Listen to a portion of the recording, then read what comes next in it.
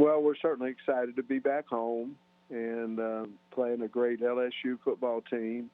We know that they're young, but they've recruited so well. We know they're very talented. From what I understand, they're getting some of their players back and things of that nature. But we're excited for the game. I'm personally excited to be back to work and looking forward to seeing our football team this afternoon. First, we have Wilson Alexander, the Advocate. Good morning, Coach Pittman.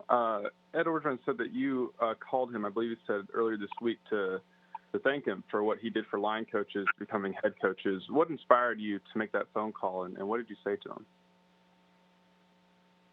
Well, I wanted to let him know that exactly what you said, that I think he's one of the guys that have paved the way for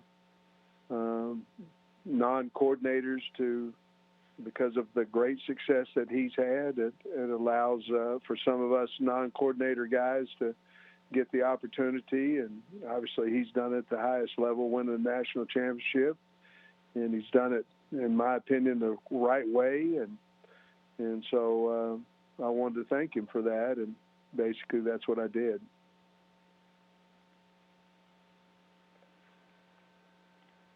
Next is Nate Allen. Sam, as far as your COVID situation, coming back, how are you feeling? But mainly also the team's COVID situation, just how does it look for them going into the game?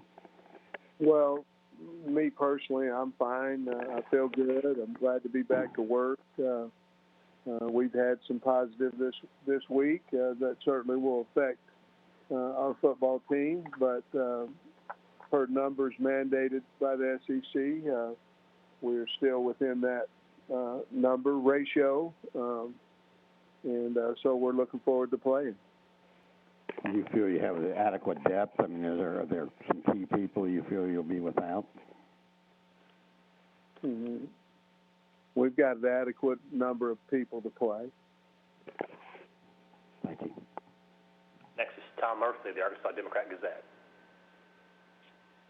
Hey, Sam, I know you haven't been around the guys yet this week, but I'm wondering what sense you get from them of the importance of the LSU game being a trophy game and what you recall of the 2014 game when the fans stormed the field and the players ran to get that trophy.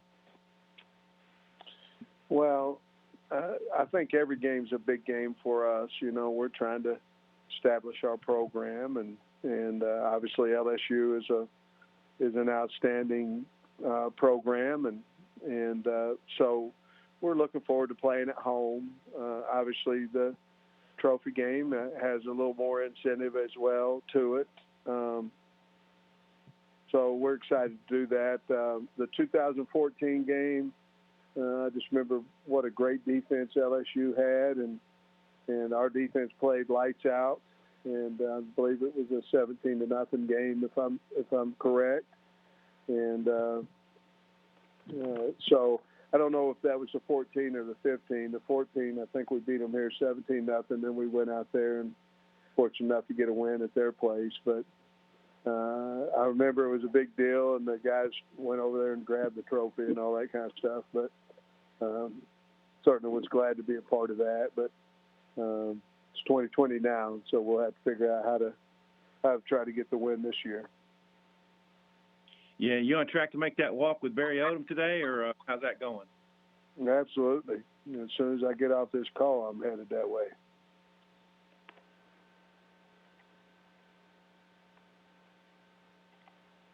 Next is Scotty Bordelon of Whole Hog Sports. Hey, Sam. Hope you're doing well. I was curious for your thoughts on Traylon Smith's game last week and just him providing some pop for you guys in the run game. Well, he had an outstanding game. We've got to get him the ball more. He's a good running back, tough, brings a lot to our program. And so we have tried to get him the football more, but I'm very proud of him. And, again, he brings a lot of juice to the program.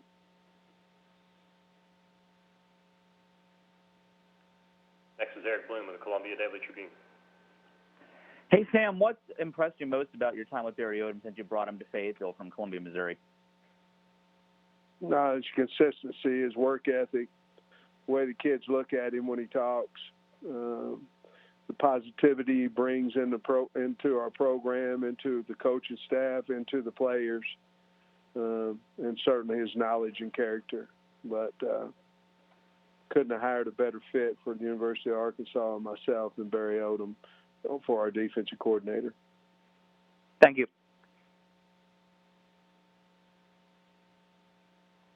Next is Bob Holt in the Arkansas Democrat Gazette. Hey, Sam, how you doing? Hey, looking at LSU's stats, I guess it doesn't seem like these days anybody has a lot of punt and kickoff returns, but when they do, they sure go a long way. How concerning are, I guess, Stingley's averaging over 30 yards on punt returns and Palmer's averaging over 36 yards on kickoff returns? Yeah.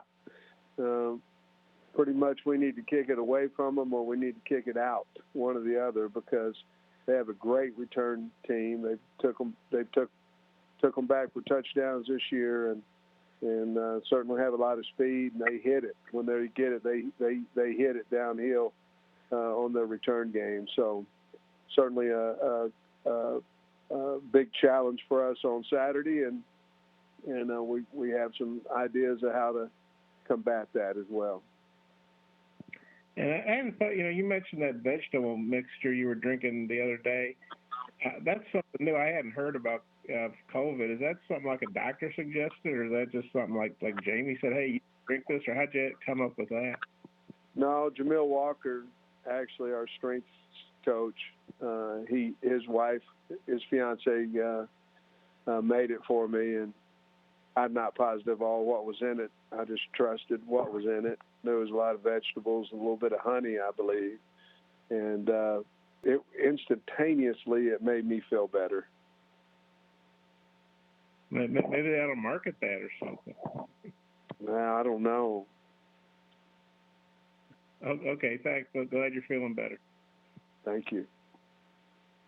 Next is Steve Moulton on WZZN. Coach, certainly glad that you're back in the office and feeling better.